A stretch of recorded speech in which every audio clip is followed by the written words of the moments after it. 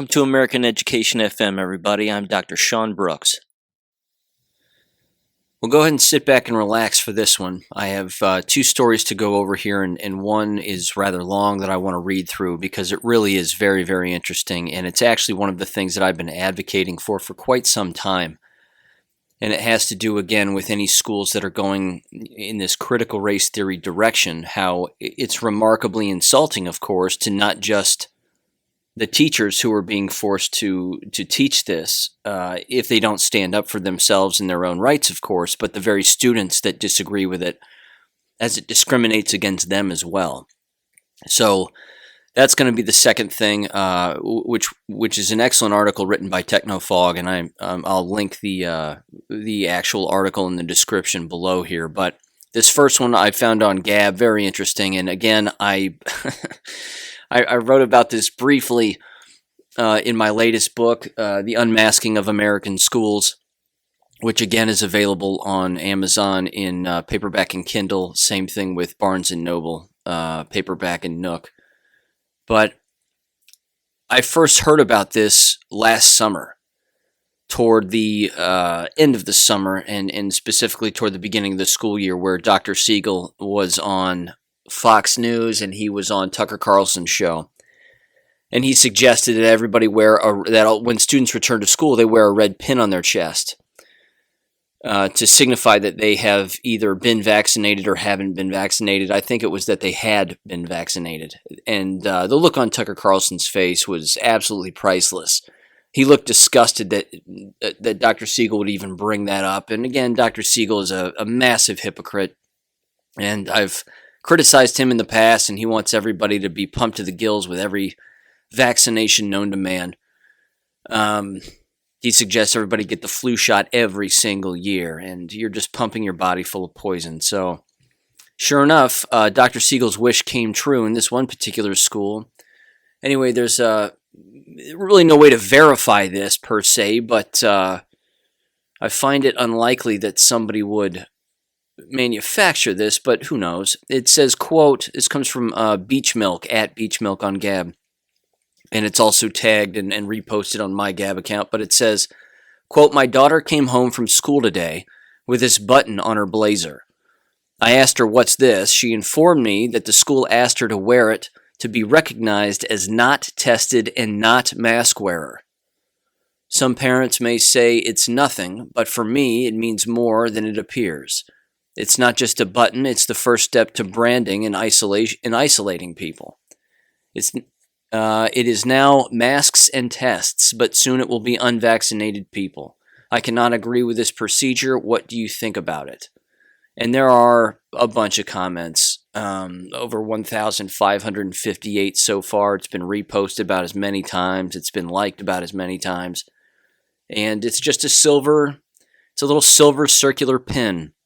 Looks like a coin on the lapel of this female's, I don't know, middle school or high school jacket from their private school, it looks like. Hard to know, but it's awful nonetheless. And that right there just continues to show the stupidity of so many people, and unfortunately their influence over youth. So, with that said, here's the second story, and I'm going to read through this one, and it is a little long, so get comfortable. But this comes from Technofog's Substack.com site, and if you're not familiar with Substack, you can post articles on there and write your own articles and publish them yourself and the whole deal. It's very, very cool. But it's titled, "The High School from Hell, A Black Student's Fight Against Critical Race Theory." So here we go.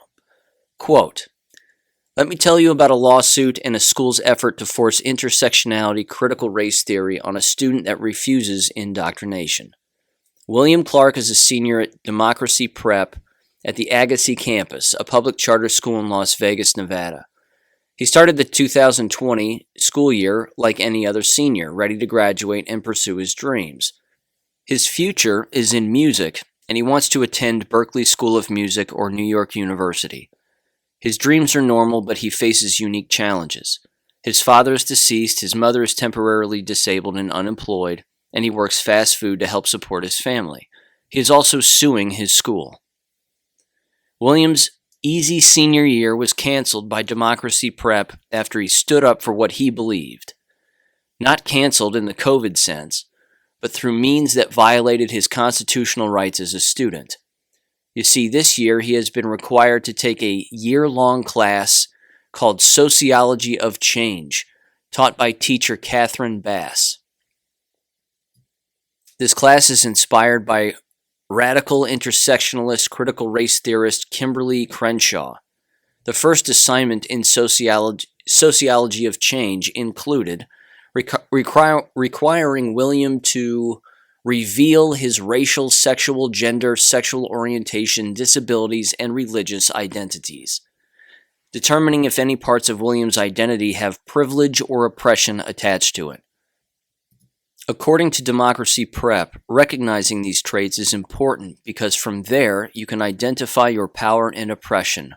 From the class, and now it shows a slide and it says, why is knowing your identity important? Gives you a sense of who you are based on your group memberships. Empowerment gives you power against your oppressors and understand your relationship to institutions in society in general. So there's a number of slides throughout this article, but I'll read as many as I can, but I'm going to stick basically to the body of it. Okay, so the body continues, quote, "It was brainwashing. William and the rest of the students were instructed they, quote, have lots of unlearning to do, unquote. They needed to eliminate institutional and ideological oppressions by undoing and unlearning their internalized beliefs, attitudes, and behaviors that stem from oppression." And then it continues here. Some of the worst class materials related to institutions plus oppression. The family reinforces racism. Religion promotes right versus wrong judgment, as if critical race theorists don't do the same. The critical race theory didn't stop there. It continued in meme form, featuring Rainbow Hand SpongeBob, with the message, reverse racism doesn't exist. There's another one here, another meme that says, black prejudice does not affect the rights of white people. And then there's one more slide for good measure. It says, racism equals prejudice plus power. Therefore, people of color cannot be racist. The article continues, quote, the student is also the accused. William is half white. His deceased father was white, his mother is black. According to his lawsuit, his green eyes, blondish hair, and light skin make it that he is presumed white by his peers. And the message from the teacher to his peers was simple. William is the oppressor. The hostile class environment, disagreements during class, and the overall message of the class caused William and his mother to determine that he would no longer participate. Democracy Prep answered that he must complete the class or he would not be permitted to graduate from high school. He must sit there, learn intersectionality, critical race theory, and be reminded of his oppressive status. Otherwise, college is out of the question and he can't pursue music. To his credit, William stuck to his principles. That's a lot of courage for a high schooler. The high school retaliated. Instead of accommodating his request for another class, they gave him a D-. This was a violation of the school's own standards, which state that Democracy Prep does not give Ds. The lowest grade they would give is a C-. William was the exception. All of this led to William and his mother's constitutional and other claims in their lawsuit, including compelled speech, retaliation, viewpoint discrimination in violation of the First Amendment, invasion of privacy, equal protection, due process, and retaliatory violations of the Fifth and 14th Amendments, intentional and retaliatory discrimination on the basis of race and religion, and violations of Title IX of the Education Amendments of 1972 for sex-based discrimination. Democracy Prep's problems aren't limited to critical race theory. There's more. The issues at the school didn't start in 2020. There's a lot going on underneath the surface, the parts that outsiders can't see. For those in the know, Democracy Prep is a school from hell. Former faculty described a culture that didn't care for the kids. Bullying and harassment of students wasn't addressed, leading to a student suicide. Sexual harassment of staff and inappropriate comments to students were ignored. Grades were changed, possibly to get more funding. I'm going to stop it right there just for a second. As it turns out, all of those behaviors that I just mentioned are behaviors that occur in most, if not all, K-12 school districts. Regardless of if they're a private, charter, public, it doesn't really matter. Unprofessionalism is rampant in this business. And I've said this before and written about it on numerous occasions, but this is one of those issues that is rarely addressed or properly addressed within teacher education programs.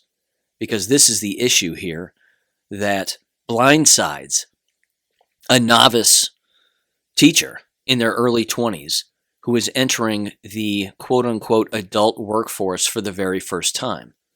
And when they enter these environments, in particular the teaching profession, it's very common for a novice to believe that because there are students there and the job is for those students to learn, that everybody must care about students and that everybody must care about their fellow coworkers, or at the very least, if they don't like one another, they just leave each other alone. As it turns out, that's just not the case.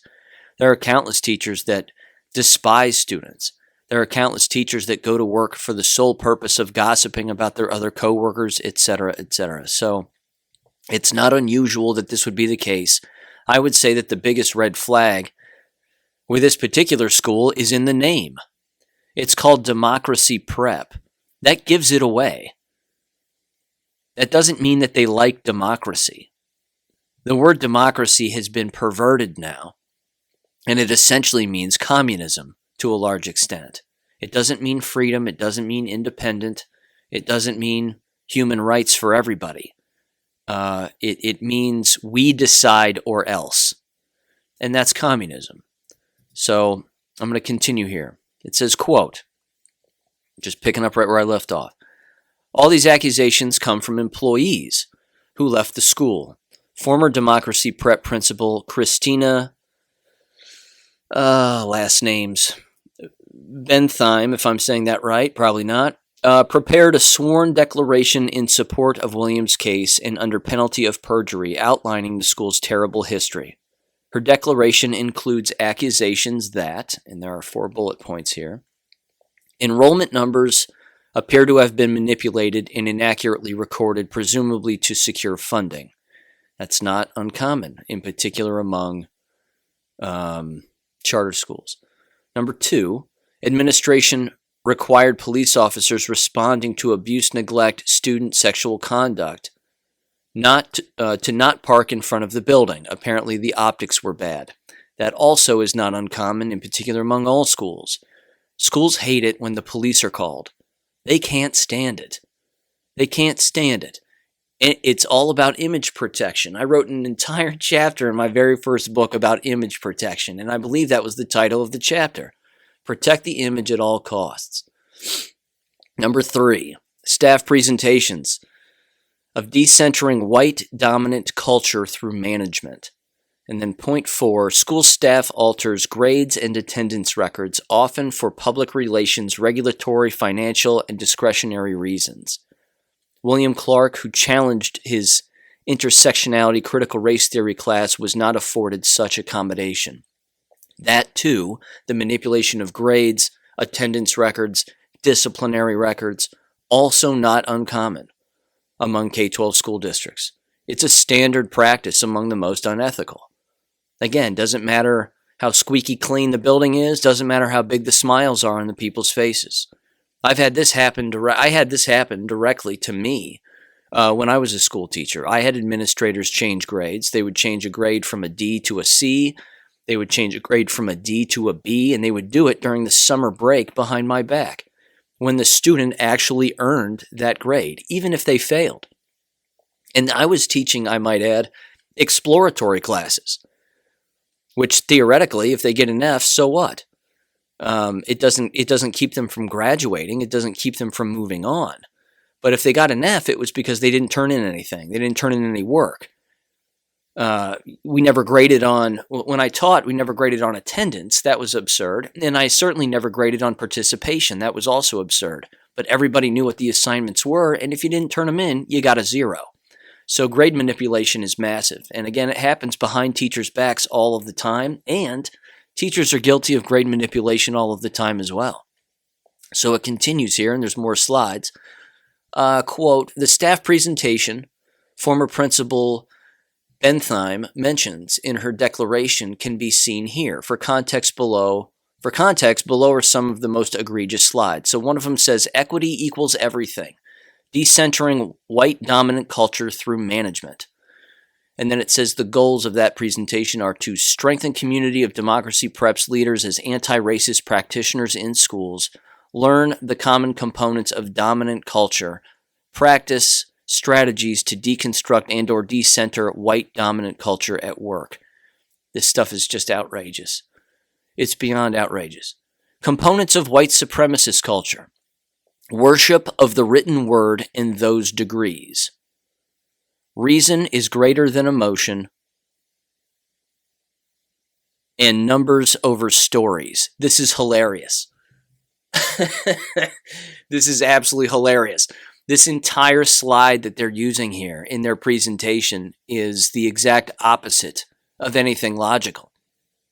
Worship over the written word. Worship of the written word. So they don't like people who read, is what they're saying. Reason over emotions. So if it's the facts versus feelings thing. And then numbers over stories. So statistics over lies. That's very funny. And it's true, actually. We do like the written word. We do like reason. And we do like numbers. Because they tend to not lie. The article continues, quote, these complaints of former principal Bentheim were not new. Many of these were made in this first February 19th whistleblower email, and there's a link to it. I'm just going to continue here. Former teacher Nicole Tishkowitz. Man, these last names, I'll tell you what. Whatever happened to John Smith? Is there a John Smith out there? Former teacher Nicole Tishkowitz also submitted a sworn declaration in support of William. She explains that democracy preps problems extended far beyond intersectionality and critical race theory. A 2018 suicide of a bullied and harassed student could have been prevented by a competent faculty.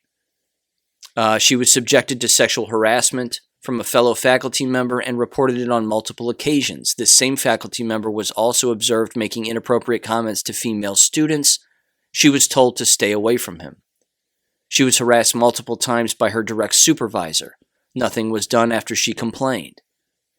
William is one of the only students in the school who looks white, and I believe this was a factor in the school's policy toward him when he objected to the class. I experienced bullying from supervisors at Democracy Prep that was racially motivated. Those were all quotes from her sworn declaration. It continues. Case developments. Quote, Williams' attorneys requested a preliminary injunction and temporary restraining order against Democracy and the other defendants, including the faculty, asking for an order that his D- in Sociology of Change be expunged and he be permitted to enroll in another class or project, and that Democracy Prep and its faculty be restrained from their coercive, harassing, and retaliatory actions against William. The attorneys for Democracy Prep and the other defendants responded as one would expect, not by working with the soon-to-graduate student, but by asking the court to shut these requests down.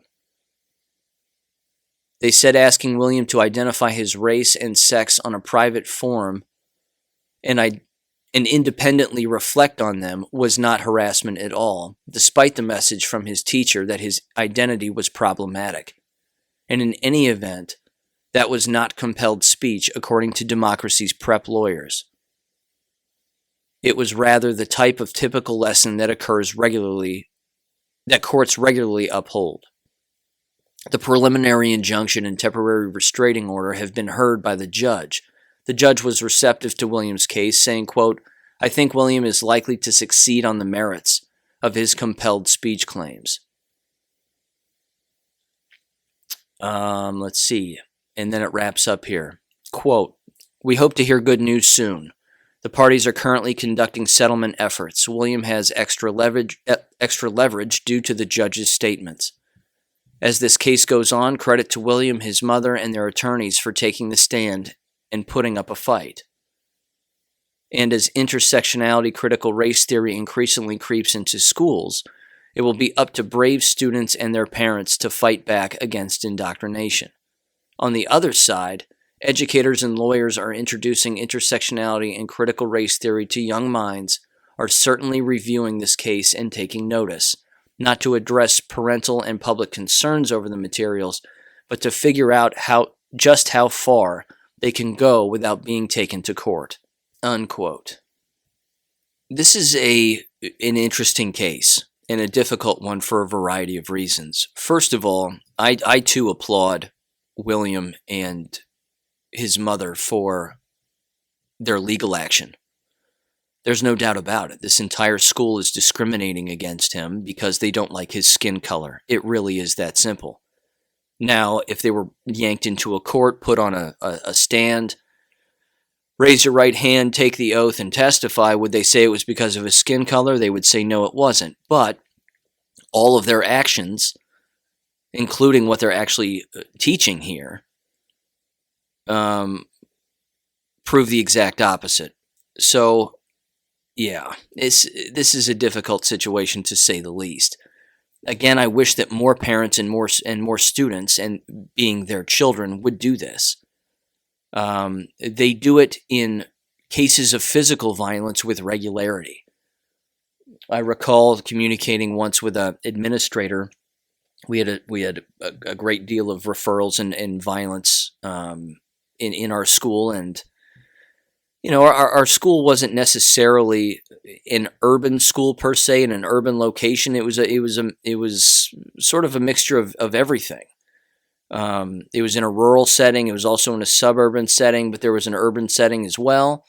And I simply asked the administrator at one point, how many, say you have 10 referrals for physical violence between two students. Of those cases, how many times do the parents press criminal charges against the other party? And they looked at me and they said 8 out of 10 times. That's information that's not shared with teachers on a regular basis. And I took her at her word because I sort of shocked her with a question, and she had an answer ready to go. She said about 8 out of 10 times, parents will press criminal charges against the guilty party in the physical altercation.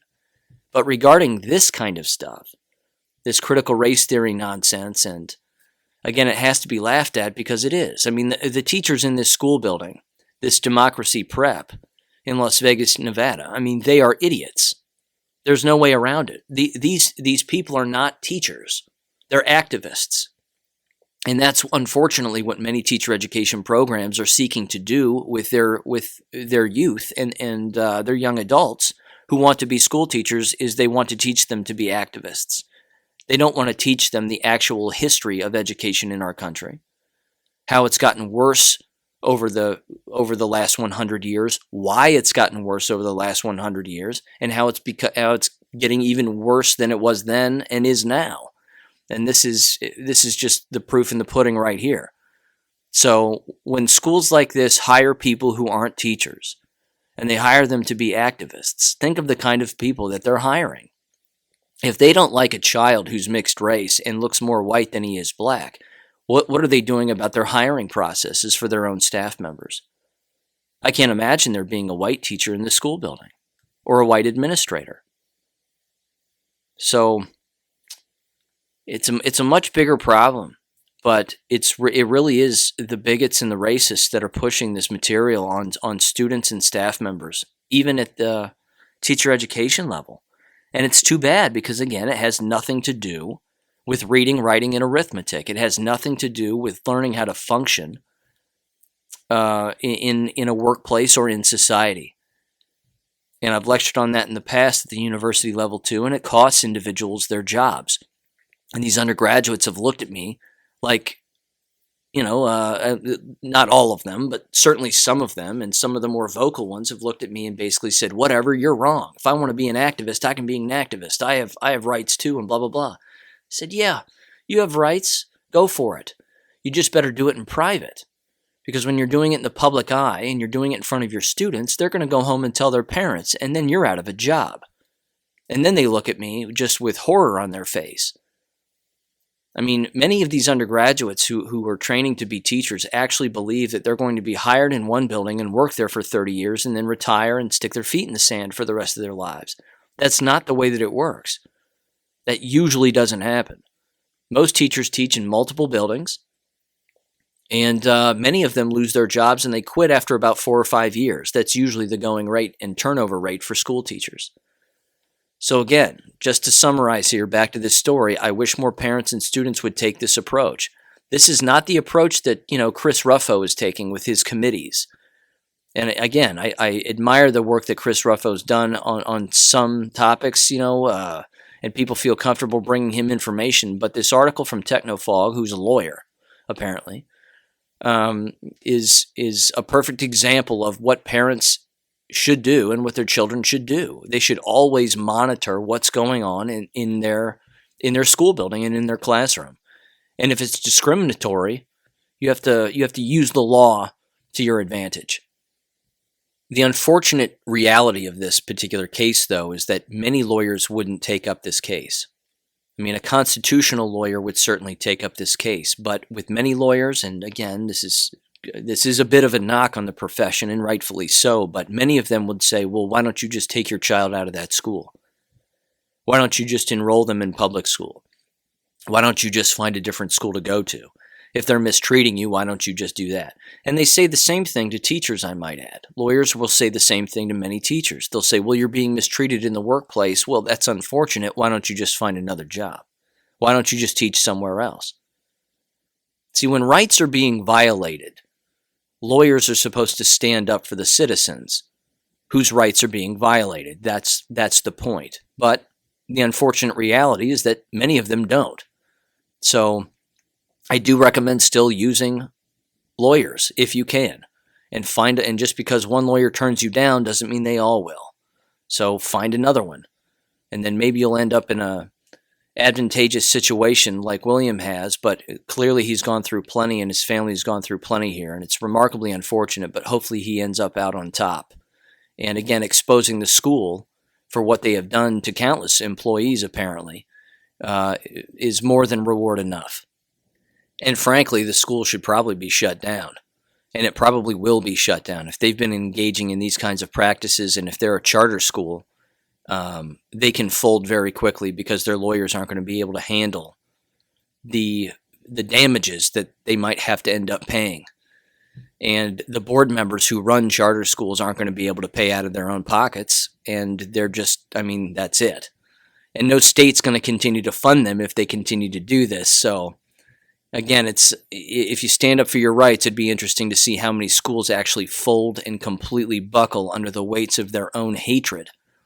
And again, it just takes a lot of courage to do the right thing, but I'll tell you what, it's worth it. It's always worth it in the end. Win, lose, or draw, it's always worth it. Thank you for listening to American Education FM. Make sure and check out AmericanEducationFM.com for more information. Take care and God bless.